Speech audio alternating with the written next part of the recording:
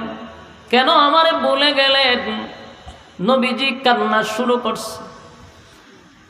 যুবক ভাইরা, একদিন দুই দিন নয়, 15 দিন পর্যন্ত নবী কাঁদছে। কান্নার কারণে একদিন জিবরাইল আলাইহিস সালাতু ওয়াস সালাম নবীর সামনে এসে হাজির। 15 দিন পরে আইছে। আল্লাহর হাবিব জিবরাইলের দিকে তাকাইয়া অভিমানের সুরে নবী বললেন, জিবরাইল রে, কেন 15 দিন আসলি না? আজকে কেন আসলি? 15 দিন কেন আসলি না? জিবরাইল কয়, হুজুর আমি আসতে চাই, আমার আল্লাহ আমারে আসতে দেয় না। আল্লাহর নবী বলেন, কেন আসতে দেয় না? আমার মালিক কি আমার প্রতি রাগ করছে রে? মক্কার মানুষ বলে, আমার আল্লাহ নাকি আমারে ভুলে গেছে। মক্কার মানুষ আমারে বলে, আমার মালিক নাকি আমারে ভুলে গেছে। তাহলে আল্লাহ কি আমার প্রতি সত্যি রাগ করছে? জিবরাইল কয়, হুজুর আল্লাহ রাগ করে নাই। আপনার কাছে মক্কার মানুষ 3টা প্রশ্ন নিয়ে আসছিল, কিন্তু আপনার কাছে 3টা প্রশ্ন নিয়ে আসার পরে আপনি বলছেন আগামী কালকে জবাব দিবেন। এই কথাটা আমার আল্লাহর কাছে মোটেও পছন্দ হয় নাই। এখান থেকে আপনার উম্মতকে শিক্ষা দিল, নেক্সট টাইমে যেন কোনো উম্মত এমন ভুল না করে। এই জন্য আল্লাহ 15 দিন কোরআনের আয়াত বন্ধ করে দিচ্ছে। এটার 2টা কারণ। একটা হলো উম্মতকে শিক্ষা দেওয়ার জন্য, 2 নম্বর কারণ হলো নবীর উপরে যে কোরআন নাজিল হইতো এটা খুব মারাত্মক লোড, এটার ওজন খুব মারাত্মক। তাই নবীকে রেস্টে রাখার জন্য আল্লাহ মাঝখানে একটা বিরতি দিছে। আমার যুবক ভাইয়েরা, বিরতি দেওয়ার জন্য 15 দিন কোরআনের আয়াত নাজিল হয় না, কিন্তু গোটা মক্কা নগরীতে আমার নবীর বিরোধিতা শুরু হয়ে গেল। নবীর যা তা মানুষ বলতে লাগলো। আল্লাহর নবীর চোখের পানি ছেড়ে দিয়া বলে, জিবরাইল রে, কত মানুষ আমারে গালি দিল। জিবরাইল কয়, হুজুর সেদিন যদি আপনি বলতেন ইনশাআল্লাহ আগামী কালকে বলবো, তাহলে কিন্তু আমার আল্লাহ পাঠায়া দিত। আপনি মাঝখানে ইনশাআল্লাহ বলেন নাই। ইনশাআল্লাহ না বলার কারণে আমার আল্লাহ এটা পছন্দ করে নাই। কিয়ামত পর্যন্ত কোনো উম্মত কোনো কাজ করতে গিয়ে যেন ইনশাআল্লাহ না বলে। যুবক ভাইয়েরা, ইনশাআল্লাহ না বলার কারণে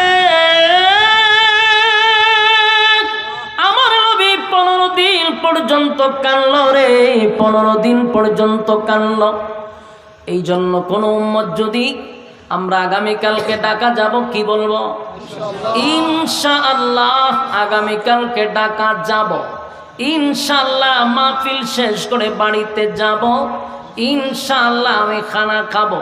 সব কাজের শুরুতেই ইনশাআল্লাহ। কারা কারা ইনশাআল্লাহ বলবেন? সব কথায় হাত তুলেন, বলুন আমরা সব কাজে বলবো ইনশাআল্লাহ। আমরা কি কোনো সময় ইনশাআল্লাহ ভুলে যাব? ইনশাআল্লাহ বলবো না, কারণ আমার নবী ইনশাআল্লাহ না বলার কারণে 15 দিন কাঁদছে। কিন্তু আমার নবী তো ভুলে যায় নাই, আমার নবীরে আল্লাহ ভুলাইয়া দিছে। বলুন, নিজে নবী বলছে না, আল্লাহ ভুলাইয়া দিছে। আল্লাহ বলাইছে উম্মতরে শিখানোর জন্য। আমার যুবক ভাই, নবীর চোখের পানি দেখে আল্লাহ বলে, বন্ধু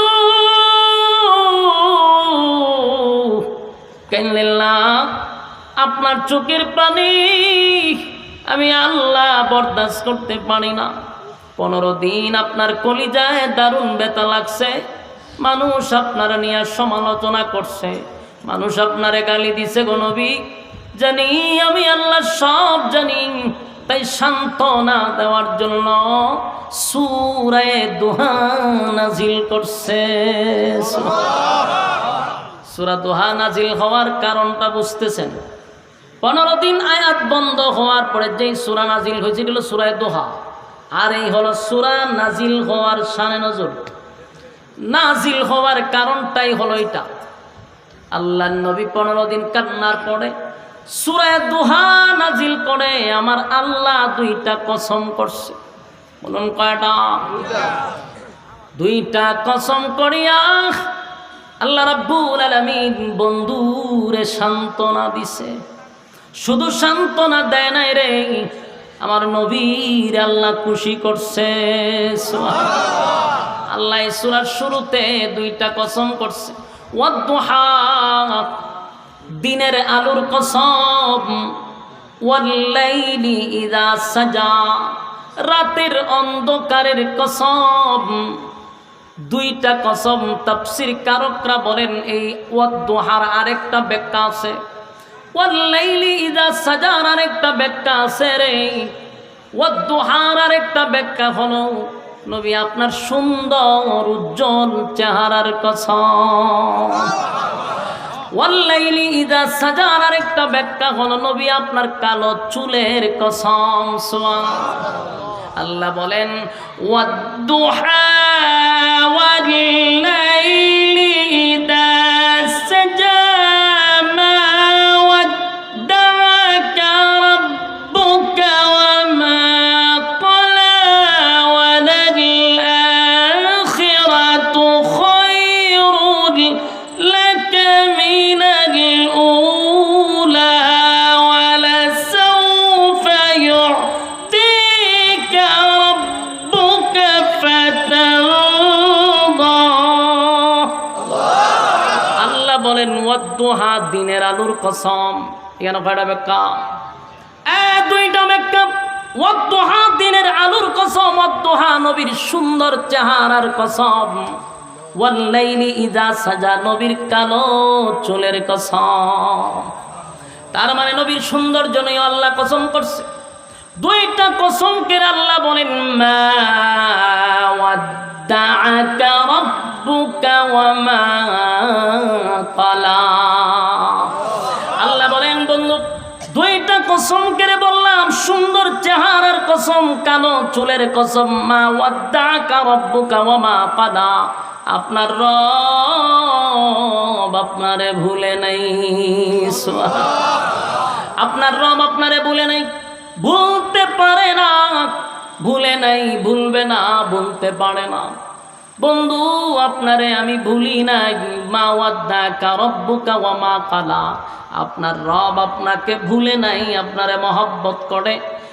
এ আল্লাহ বলেন মা ওয়াদ্দা'আকা রাব্বুকা ওয়া মা ক্বালা ওয়ালাল আখিরাতু খায়রুন লাকা মিনাল উলা। আল্লাহ বলেন দুনিয়াতে আমি আপনাকে যা দিলাম এর থেকে কোটি কোটি কোটি গুণ বেশি আপনার জন্য পরকালে আমি বরাদ্দ রাখলাম। বন্ধু আমি আল্লাহ দুনিয়া বানাইছি, দুনিয়া বানাইছেন আমার মালিক। আমার মালিক দুনিয়া বানাইয়া মালিক নিজেই বলতেছে দুনিয়া কিছু না, দুনিয়া কিছুই না। বন্ধু আপনারে যা দুনিয়াতে দিছি এর থেকে কোটি গুণ বেশি আমি আল্লাহ আপনার জন্য পরকালে বরাদ্দ রাখছি। আর যুবক বালক, এই ওয়ালাল আখিরাতু খায়রুল লাকা মিনাল উলা, এই আয়াতের অর্থের দ্বারা আমরা কি বুঝলাম?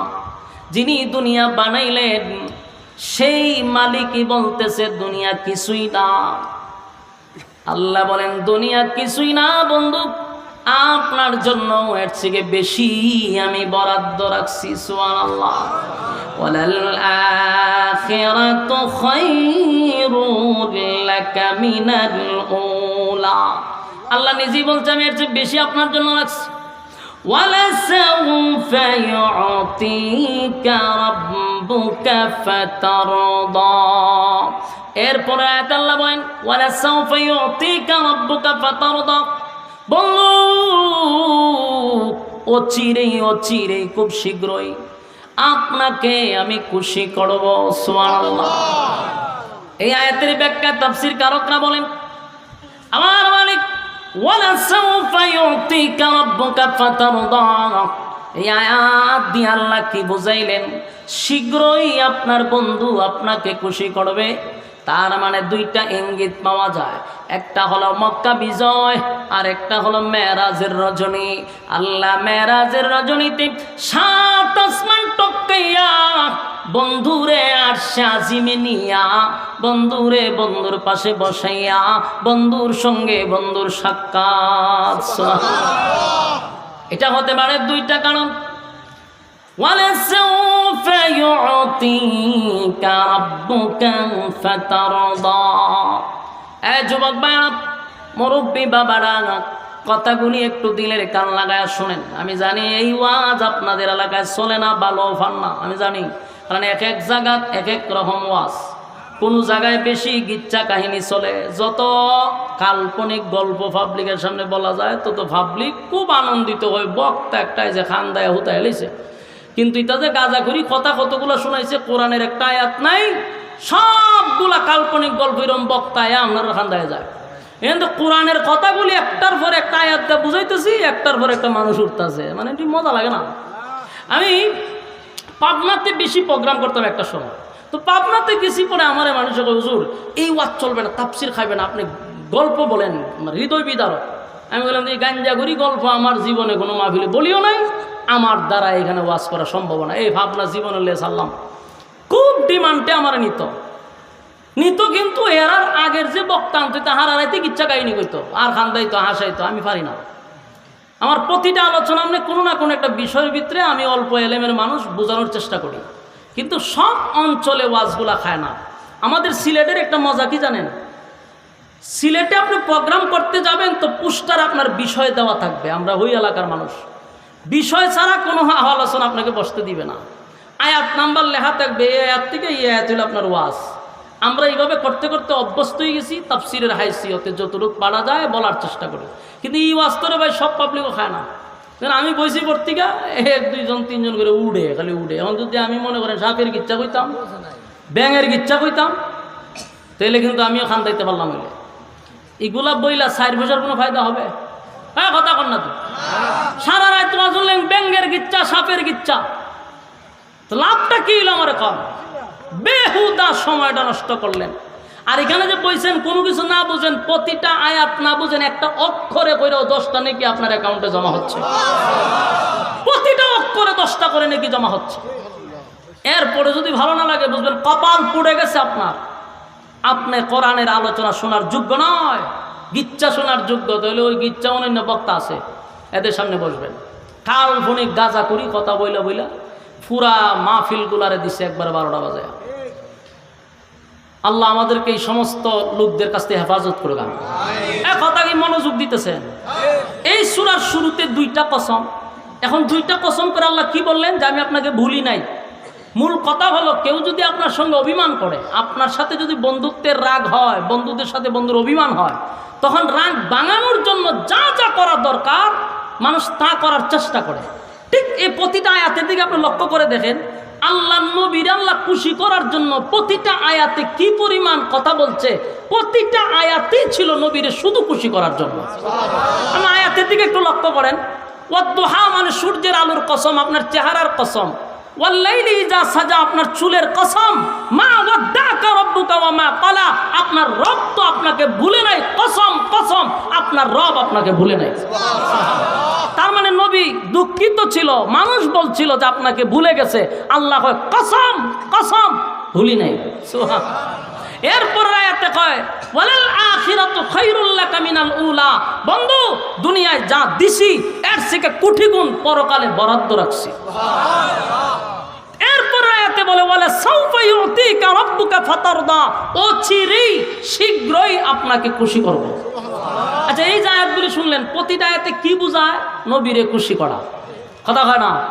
তার মানে সূরা দুহা পুরাটাই নবীরে খুশি করালে নাজিল করছে, সান্ত্বনা দেওয়ার জন্য নাজিল করছে।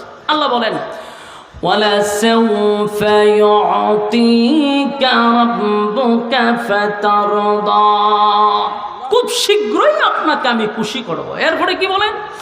আলাম ইয়াজিদকা ইয়াতীমান ফাআওয়া, আল্লাহ কয় আপনি কি এতিম ছিলেন না? আপনাকে আমি এতিম অবস্থায় পেয়েছিলাম। এই কথাগুলি কেন বলতেছে এরপর একটু বুঝাবো। এর আগের আয়াতগুলো তো বুঝতে পারছেন। এখন শুনেন, আল্লাহ অতীত তুল্য ধরতেছে। অতীত তুলে কেন? কোনো বন্ধু যদি আপনার সাথে রাগ করে, বন্ধু যদি কয় তুই আমার কোনো উপকারে আসস নাই, তুই আমার ক্ষতি করছস, তখন বন্ধু অতীতের কিছু কথা তুইলা ধরে যে তোর তো কিছুই ছিল না দোস্ত, আমি তোরে এই করছি, তোরে টাকা পয়সা দিছি, তোর লেখাপড়া করাইছি, তোর এটা কিনা দিছি, তোর মোবাইল ছিল না মোবাইল কিনা দিছি। অতীত বইলা তারা স্মরণ করাইয়া দেয় যে আমি তোর কত প্রিয় বন্ধু, বুঝতে পারছস? কথাখন ঠিক নেই। এই জন্য অতীত বইলা তারা বোঝায়। আল্লাহ কয় আলাম ইয়াজিদকা ইয়াতীমান ফাআওয়া, আপনাকে কি আমি এতিম অবস্থায় পাই নাই? আমি তো আপনার এতিম অবস্থায় পাইছিলাম। এতিম থেকে কি আমি আপনাকে আশ্রয় দেয় নাই? বলো, নবী এতিম ছিল কিনা? আল্লাহ ভাই আপনি এতিম ছিলেন, আমি আপনাকে আশ্রয় দিছি, তো বুঝলে গেলাম কেমনে? এরপর আল্লাহ বলেন ওয়াওয়াজাদাকা দাল্লান ফাহাদা, এবং আমি আপনাকে পথহারা অবস্থায় পেয়েছি। পথহারা অবস্থা মানে এই যে লোকটার মা না থাকে, বাবা না থাকে, গার্জিয়ান না থাকে রে, এই ছেলেটা টুকাই হয়, কথা হয় না? এই ছেলেটা লেখাপড়া করে না, মাও নাই, বাবাও নাই, গার্জেন নাই, ছেলেটা খারাপ হয়, টুকাই হয়, হিরুঞ্চি হয়, ঠিক নেই? আল্লাহ কয় আপনার মা নাই, বাবা